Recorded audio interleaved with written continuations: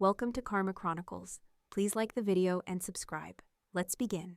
I sat at the dinner table, swirling my wine in my glass, feeling the pressure in my chest that had been building since I arrived. Angela, my stepmother, was talking about the latest charity event she'd organized, some fancy fundraiser for a hospital wing or something. She went on and on about how successful it was, as though it was the most important thing in the world. Lily was next, describing her recent promotion at the marketing firm she worked for. She had that proud little smile on her face, the one that made her look younger than she was. "It's been a huge step forward, Sarah," she said, her tone almost apologetic, as if she expected me to be impressed by the fact that she'd moved up another rung on the corporate ladder. I wasn't. Dad, sitting at the head of the table, nodded along with her story, clearly thrilled. But then again, why wouldn't he be? Lily's career was real to them. Practical. It made sense. My own, well, my high-stakes international finance career wasn't even on their radar. "Sarah's still figuring things out, I'm sure," Angela added, glancing at me. There it was again. The way they all treated me like I was still 20, still trying to find my footing. I forced a smile, taking another sip of my wine. They couldn't see it, though. They didn't get it. No one did. Dad shifted in his seat, clearing his throat. "I've made a new investment, by the way," he said, looking around like he had just discovered the cure for cancer. "Local tech startup.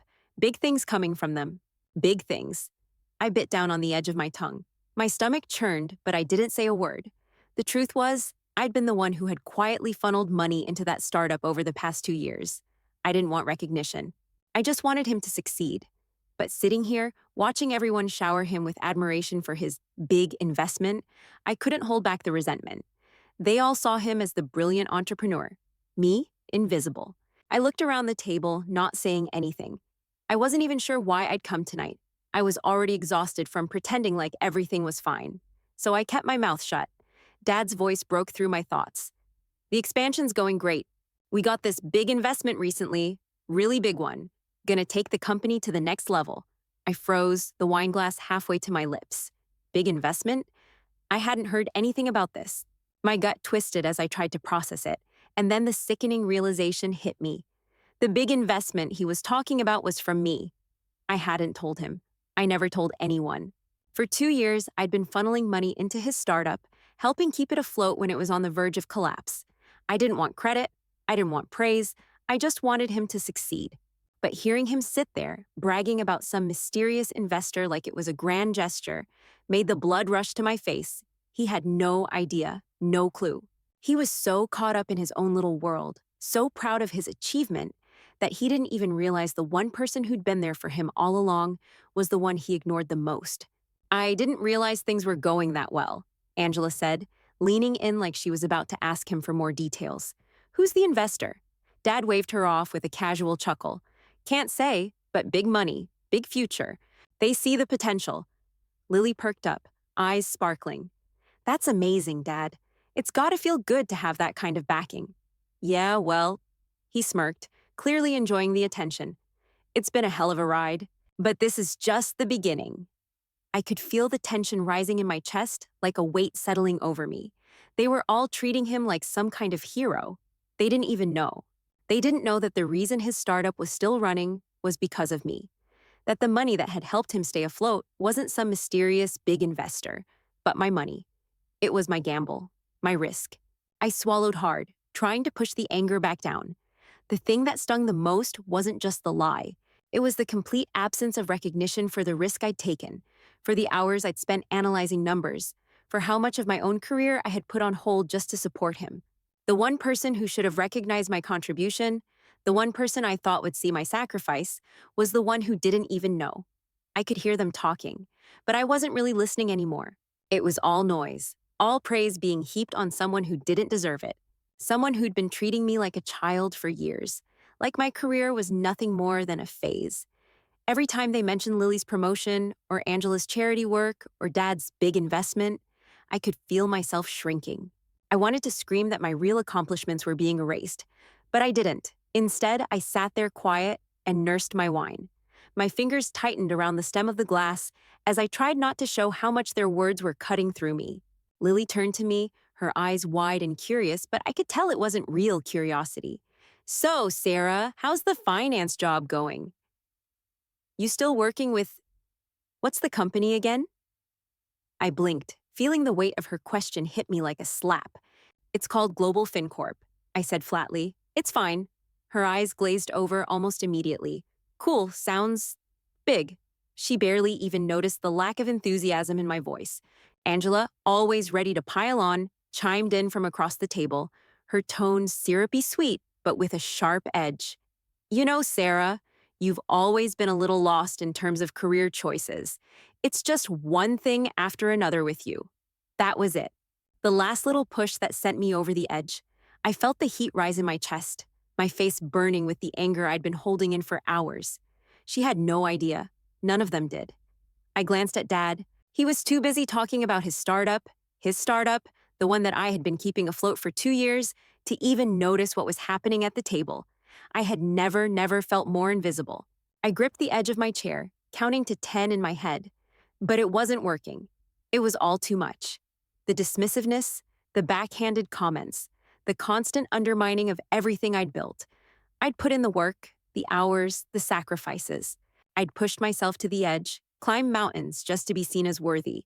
But here I was, treated like some sort of misguided fool, still figuring it out. I didn't even give them a chance to say anything else.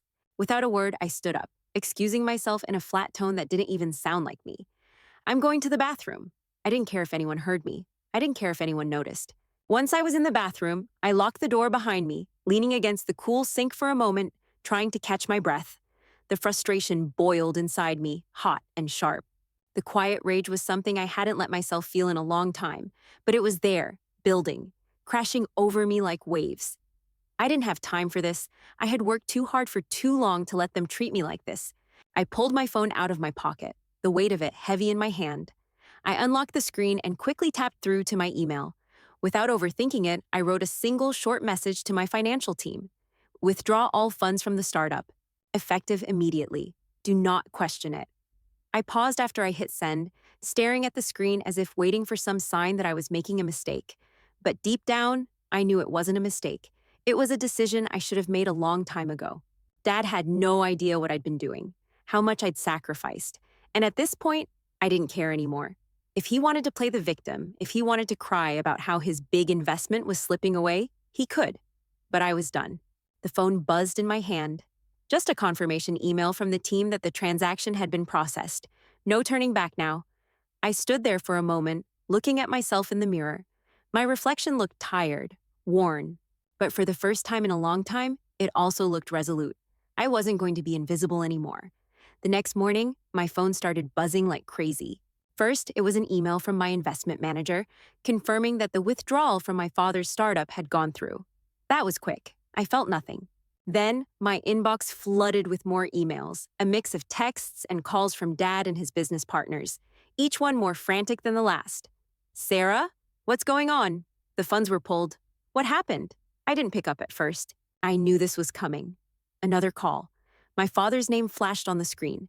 I let it ring a few more times before I hit the green button, my pulse rising. Sarah, he said, his voice uncharacteristically shaky. Is there some kind of mistake? Why would you pull out like this? What's going on? I exhaled slowly, the anger from last night bubbling back to the surface. Why? He was asking me why. I had done all of this for him to help him and his stupid startup, and now he couldn't even bother to understand why I would finally draw the line? The funds are gone, I said flatly, my tone cold, measured. I've pulled them. There was silence on the other end, a long one. Then, his voice, quieter, almost pleading. Sarah, you can't. This is serious. The whole future of the business is riding on that investment. After everything I've done for you? I cut him off. After everything you've done for me? The words tasted like acid. Is that how you see it? You think this is about some kind of debt you're owed? Well, you've always been hard to help, Sarah, he snapped, his frustration clear now. I've given you everything I could. This is what you do? You pull away when I need you most? Need me most? My voice didn't rise, but the anger in it was unmistakable. You've never asked about me, never asked what I was doing, what I've built. All you've ever done is act like I'm some lost cause. The line went quiet again, but this time, I didn't care. I was done keeping it in.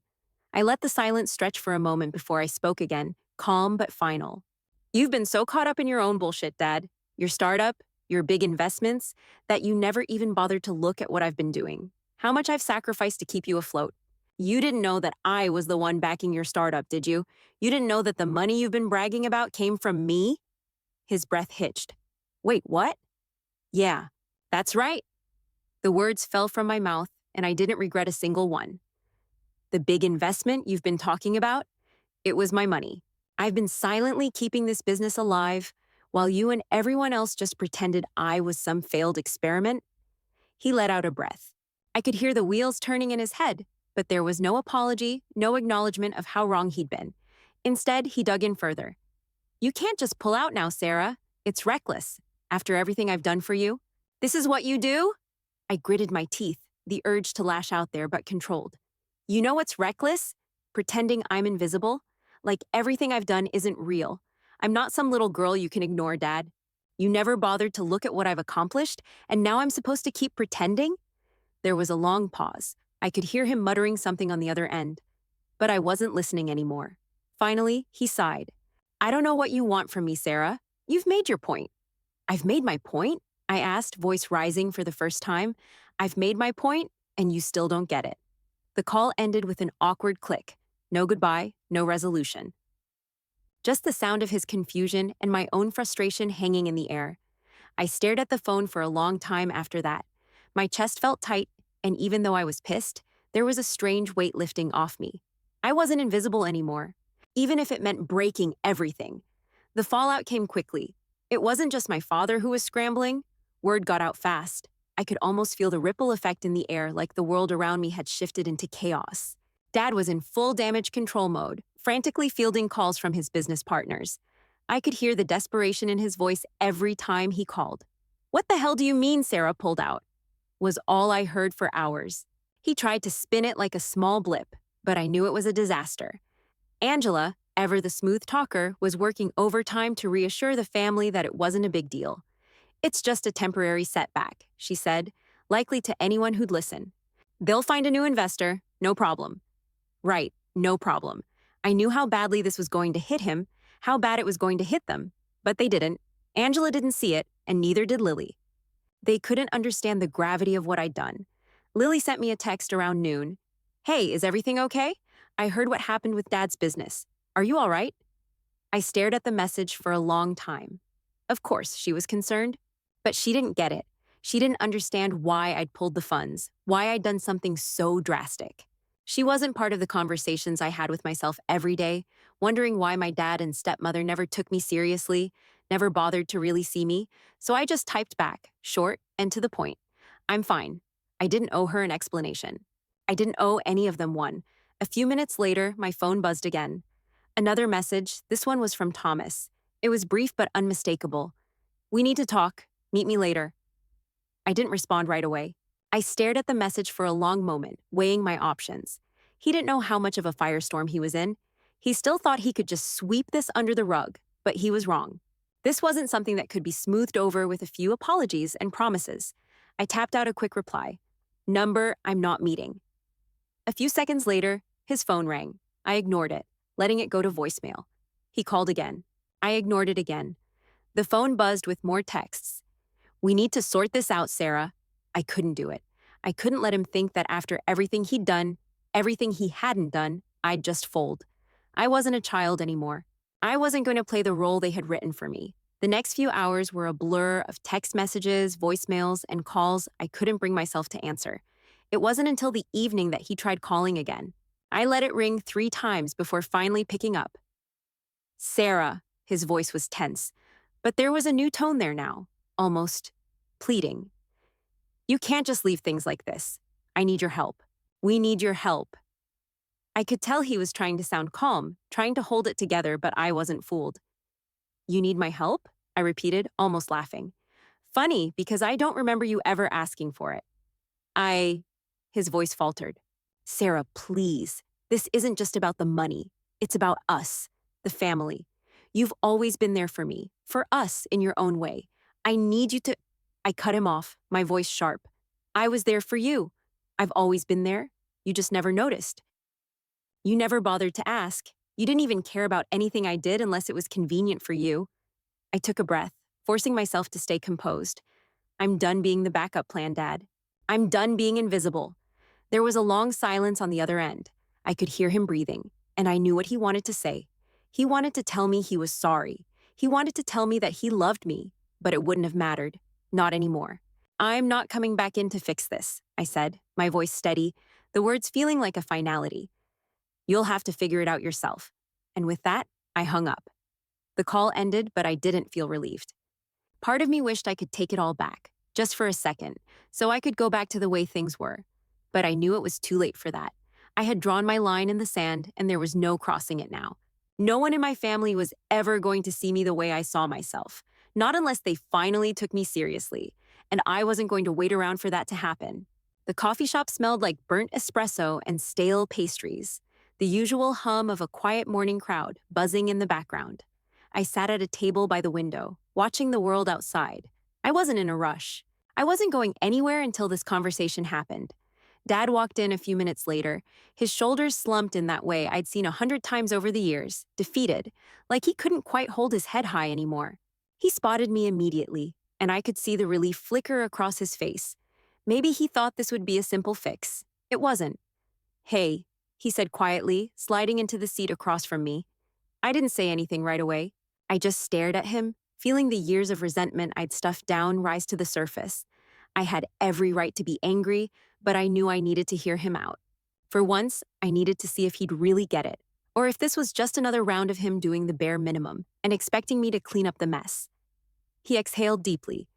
I know I screwed up, Sarah. I didn't realize how much you were doing for the startup, how much you were doing for me. He looked up at me, eyes wide with something that resembled guilt. I should have seen it, should have listened. I'm sorry. I folded my arms across my chest, my fingers digging into my biceps. I could feel the anger still simmering under the surface, but I forced myself to stay calm. Yeah, you should have. I didn't know, Sarah, he said again, quieter this time. You've always been different. I always thought you'd find your way, but I never thought it would look like this. His eyes dropped to the table. I was wrong. You were wrong, I echoed. But that's not the point anymore, is it? You've had your chance to get it right, Dad. And you haven't. He nodded, eyes still down. I could hear the weight of his words, but it didn't change the fact that I was still here, cleaning up the mess. I leaned forward, my voice steady but sharp. Here's the deal, Thomas. If you want my help moving forward, really moving forward, there's a few things that have to happen. First, I want a public acknowledgement of what I've done for the business. You've never once given me credit for keeping this thing alive. Not once. He flinched, and I could see the hesitation in his eyes. But this wasn't a negotiation. This was non-negotiable. I'll do it, he said quickly, almost too quickly. You have my word. I'll make it public, but I need your help, Sarah. You've been the one with the vision. I need you to stay in the game. I raised an eyebrow. Stay in the game? Is that what this is about? You're just going to offer me some half-assed public apology and expect me to dive right back in? No, that's not it, he said, his voice cracking. I'm asking you to be a part of this, Sarah. I can't do it without you. We can't. I leaned back in my chair, crossing my legs, weighing my options. Part of me wanted to tell him to screw off and walk out, but I wasn't here for that. I was here because I wanted something real. If he wanted my support, he was going to have to prove it. Fine, I said, keeping my voice level. But moving forward, anything I do for this company has to be transparent. I'm not working in the shadows anymore. No more big investments you don't know about. No more pretending like I'm just a passive participant. If I'm in, I'm in. Completely. He swallowed hard. You have my word. Anything you need. Full transparency. I looked him in the eye. I'm not just some line item on your budget, Dad. You've treated me like a charity case for too long. That stops now. He nodded, his face pale but resigned. I get it. I've screwed up. I'm sorry, Sarah. I really am. I sighed, leaning back in my chair and taking a long sip of my coffee. Yeah, you are, but this isn't just about apologies. It's about respect. Of course. Respect, he said, his voice hollow. He looked like he was trying to convince himself more than me. I'll make sure everyone knows how much you've done, and I'll give you the space you need. No more surprises. You'll be involved in everything, every decision. I didn't know if I believed him, but I had to give him the chance to prove it. Good, because I'm done playing second fiddle. The silence between us was thick.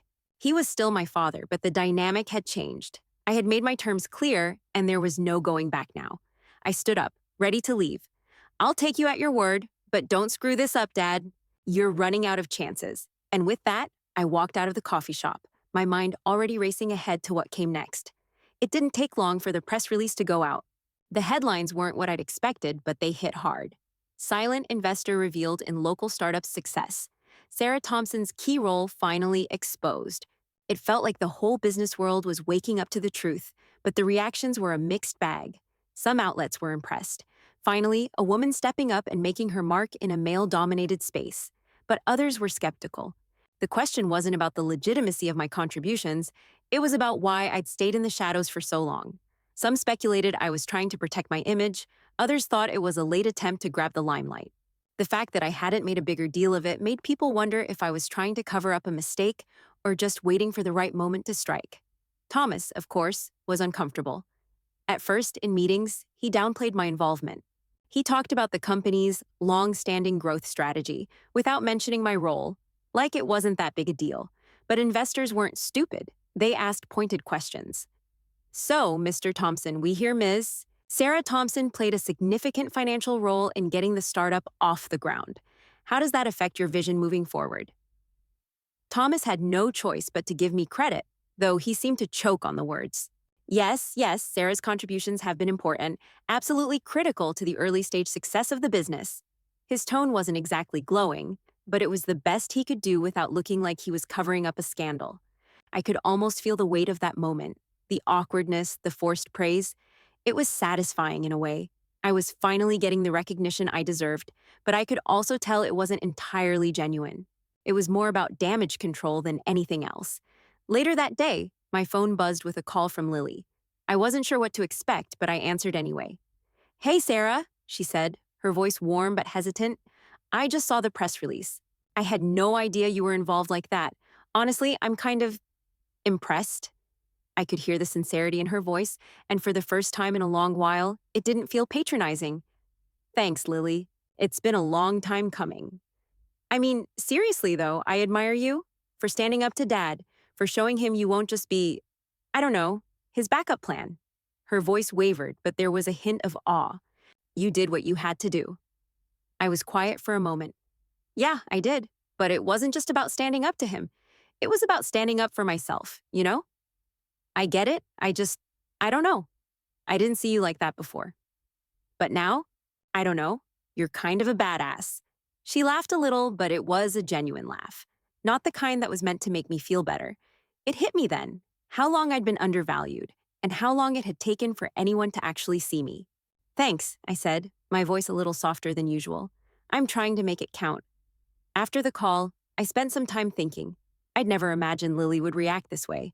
I'd always assumed she saw me as the quiet, less-than version of the family, someone who couldn't compete with her. But now, there was a shift. Maybe she didn't fully understand the scope of everything that had happened, but for the first time, I felt like she saw me as equal to her. At the next family dinner, I noticed Angela was unusually quiet. It wasn't like her at all.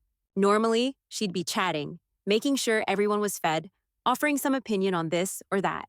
But tonight, she barely spoke. She picked at her food, only chiming in when she had to. I could feel the discomfort rolling off her.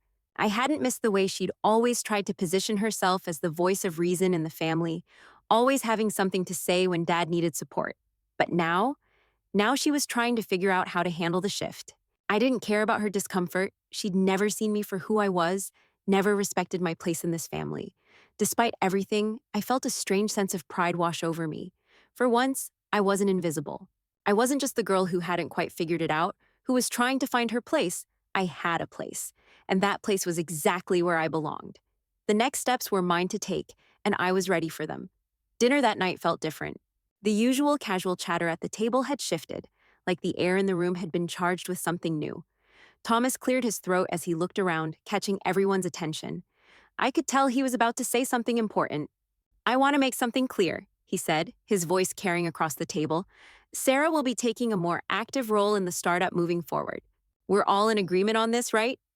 There it was, my official introduction to being a bigger part of the business, I tried to keep my face neutral, but inside, I couldn't suppress the satisfaction bubbling up. After everything, this was the moment I'd been waiting for. Not just the acknowledgement, but the respect that came with it. Angela, who had been uncharacteristically quiet for the last few weeks, looked at me with something resembling approval. "Well, Sarah," she said, her tone almost begrudgingly polite, "I have to admit, your financial sense is impressive. You've certainly managed to make things work behind the scenes." I stared at her for a moment, still a little taken aback by how she'd changed. I never thought I'd hear her say something like that. Angela wasn't the type to give compliments, and when she did, it was always with some hidden agenda. But for once, there was no edge to her words. It was as if she was finally seeing me for who I actually was, not the lost version of me she'd always tried to shove into a corner. "Thanks," I said, keeping my voice level. "I've always been good with numbers," Lily chimed in, clearly trying to sound supportive but still a little awkward.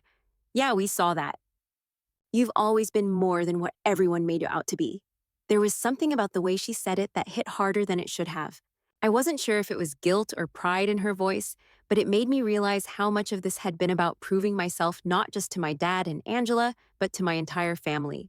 The silence that followed felt lighter, somehow, like a weight had been lifted from the room. Dad took a deep breath, and it was like he finally had the chance to really face the reality of what he'd been avoiding for so long. "I know I've messed up, Sarah, but I'm glad you're finally stepping in more. I'm not blind to the fact that the business wouldn't have made it this far without you." I nodded. "We both know that's true." The conversation shifted again, with Dad and Lily talking about business updates, but the dynamic had fundamentally changed. No one was looking at me like I was still trying to find my way anymore. I wasn't a kid playing at being a professional. I was a force in this family now, whether they liked it or not. As the evening wore on, Dad waited until the plates had been cleared and the after-dinner conversation had slowed before he turned to me with that same look he'd had when he first sat down at the coffee shop.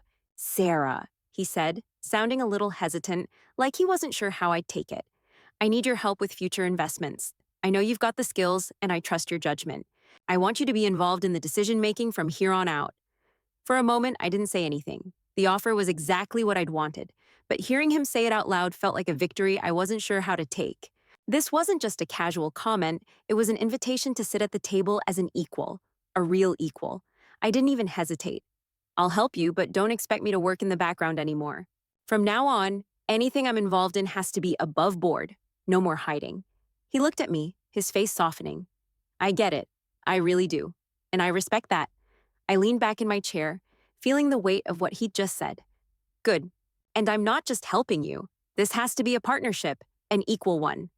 Dad nodded, and for the first time in a long while, I could tell he meant it. Dinner wrapped up with an air of awkward resolution.